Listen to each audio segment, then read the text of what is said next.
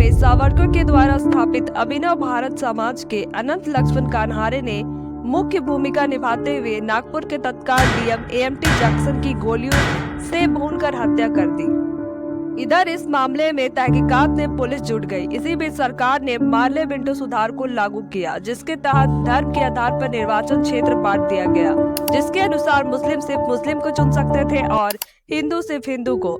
इस सुधार का भारतीय समाज में हिंदू मुस्लिमों को बांटने का मंशा साफ दिख रहा था।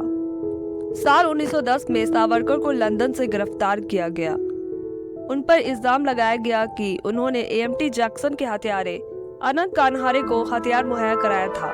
साथ ही मार्ले विंडो सुधार के खिलाफ सशस्त्र हिंसा फैलाने का भी आरोप उन पर लगा था। दोषी सावरकर को 50 वर्ष का काला पानी का सजा सुनाया गया और 1911 में अंडमान और निकोबार द्वीप समूह के जेल में भेज दिया गया।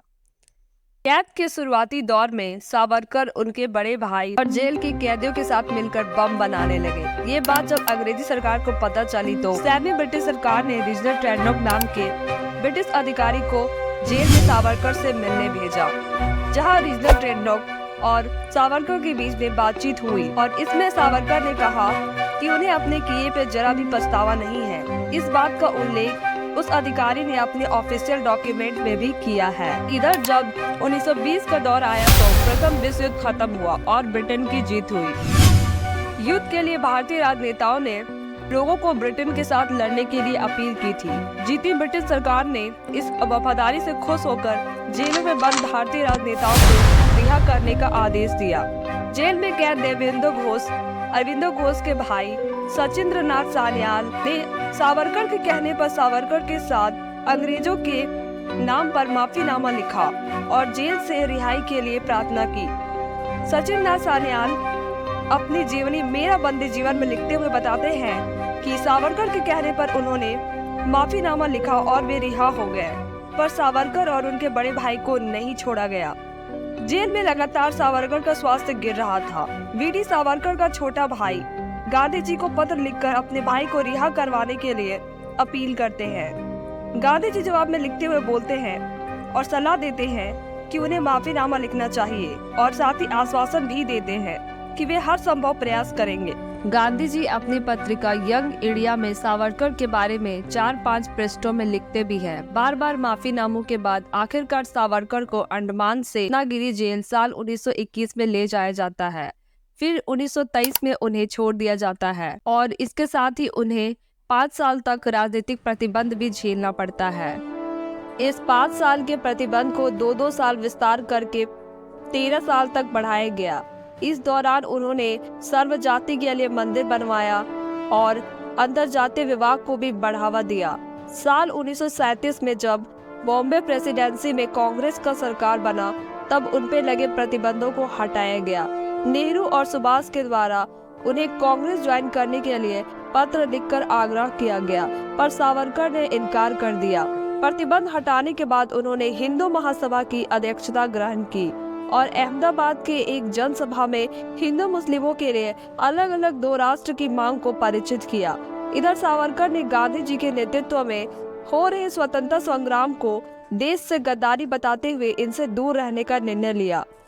30 जनवरी 1948 के दिन सावरकर के करीबी शिष्य गोडसे के द्वारा गांधी जी की हत्या कर दी जाती है, जिसमें सावरकर पर भी मुकदमा चलाया जाता है, लेकिन कोई पुख्ता सबूत नहीं होने पर सावरकर को रिहा कर दिया जाता है। क्या सावरकर के द्वारा लिखे गए माफीनामा से स्पष्ट होता है कि वे एक गद्दार थे, देशभक्त नहीं?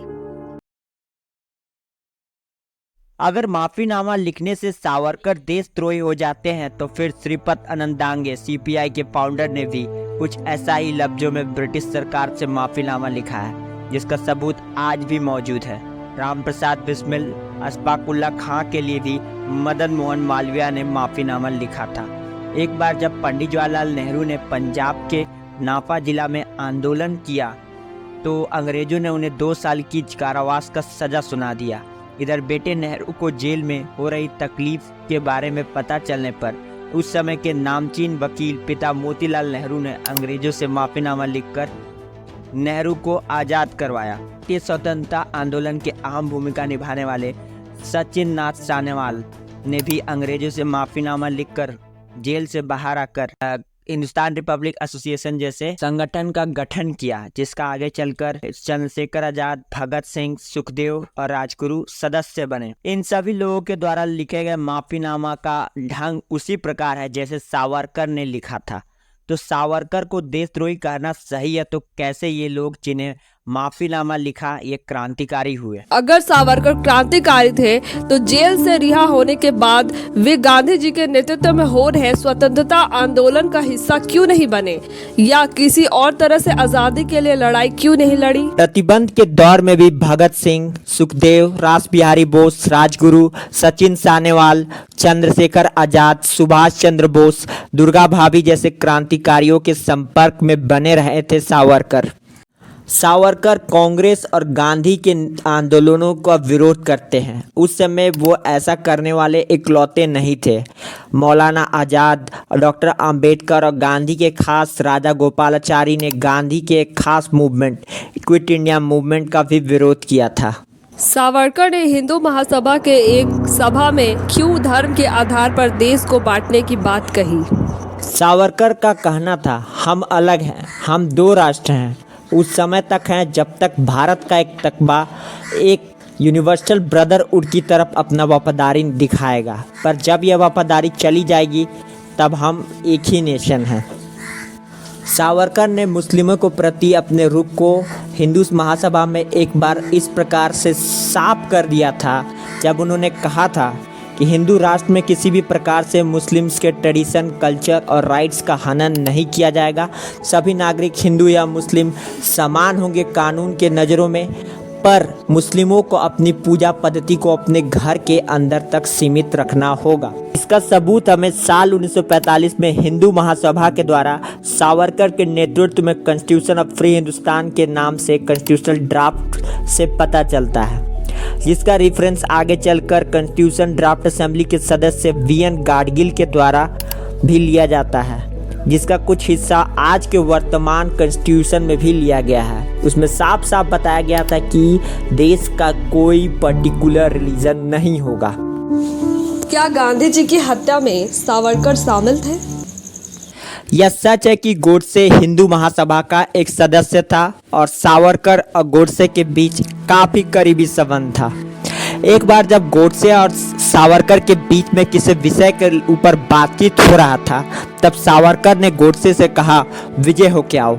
अप्पा कसार और गजानन दामले नामक दो व्यक्ति ने इस बात को गांधी हत्या से जोड़ते हुए मुंबई पुलिस को इसकी जानकारी दे दी। इसी तथ्य का इस्तेमाल करके बार बार गांधी हत्या का इल्जाम लगाया जाता है सावरकर पर उस दौर गांधी हत्या के प्रोसिक्यूशन में एक बार भी इन दोनों को एविडेंस के रूप में नहीं बुलाया। ना ही उस समय कपूर कमीशन जो इस मामले की जांच कर रही थी, जिसने 100 से अधिक लोगों का विश्लेषण किया, इन दोनों को बुलाया ही नहीं।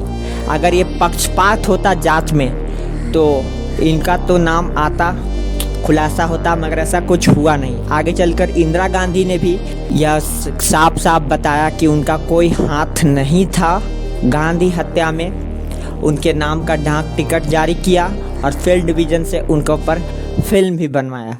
हाल ही में 2016-17 में डॉक्टर पंकज फडणवीस नामक शख्स ने बॉम्बे हाई कोर्ट में एक पीआईएल दर्ज किया कि सावरकर को गांधी मर्डर केस में फंसाया गया है, जिसको खारिज कर दिया गया बॉम्बे हाई कोर्ट के द्वारा।